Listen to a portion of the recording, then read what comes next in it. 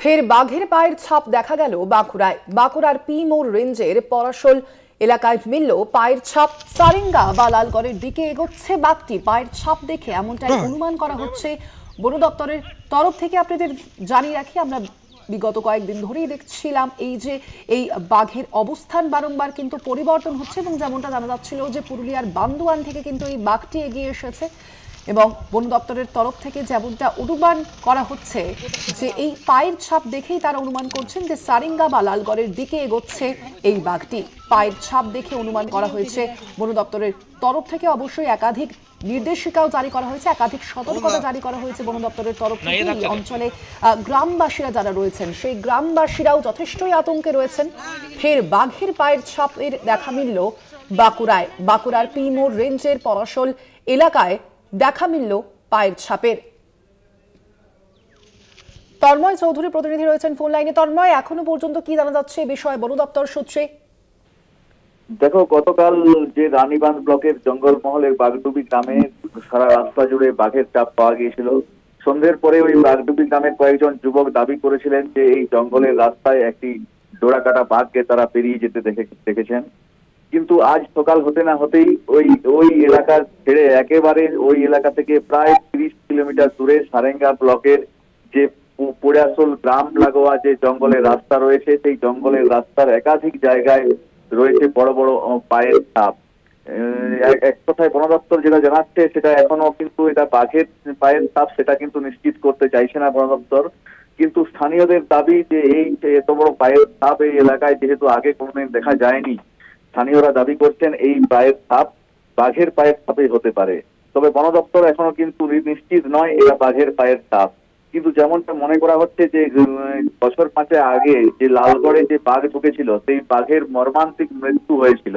মানে মৃত্যুর পরেই প্রমাণ হয়েছিল যে লালগড় এলাকায় বাঘ ছিল। এইভাবেই লুকোচুরি ধরা চলছিল, কিন্তু মৃত্যুর পরেই প্রমাণ হয়েছিল যে এই বাঘ কিন্তু লালগড় এলাকায় ছিল।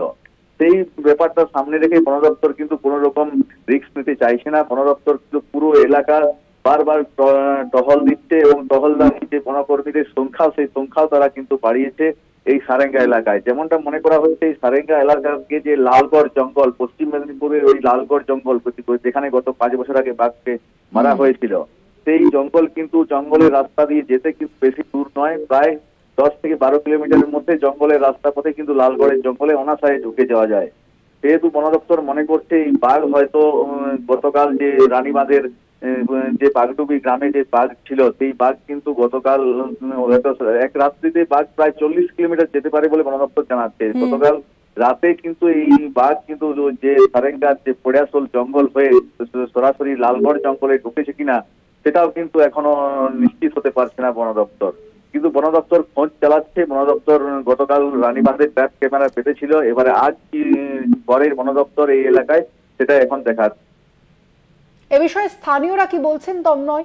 স্থানীয়রা তো প্রচুর আতঙ্কিত। স্থানীয়রা বলছেন এত এই যে পায়ের যে ছাপের সাইজ, এই যে সাইজ, এত বড় পায়ের ছাপ কিন্তু কোনো যে গৃহপালিত জন্তু হতে পারে না।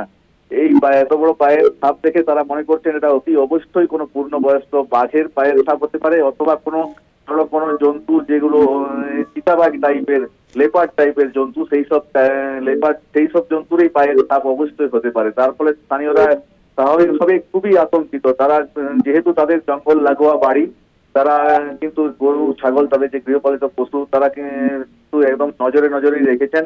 এর পাশাপাশি তারা নিজেদের মধ্যেও একটা আতঙ্কে ছড়িয়ে পড়েছে যে এই গ্রামে বাঘ ঢুকেছে। যেহেতু পুরো রাস্তা জুড়ে একই রকম পায়ের ছাপ রয়েছে, ধুলোর উপরে যে পায়ের ছাপগুলো পুরো রাস্তা জুড়ে রয়েছে, এই পায়ের ছাপ দেখেই মূলত তারা আতঙ্কিত হয়ে পড়ছেন। কিন্তু বন দপ্তরের পক্ষ থেকে কোন রকম আতঙ্ক যাতে না ছড়ায় সেই বার্তা কিন্তু বারবার দেওয়া হচ্ছে। ধন্যবাদ তোমায়।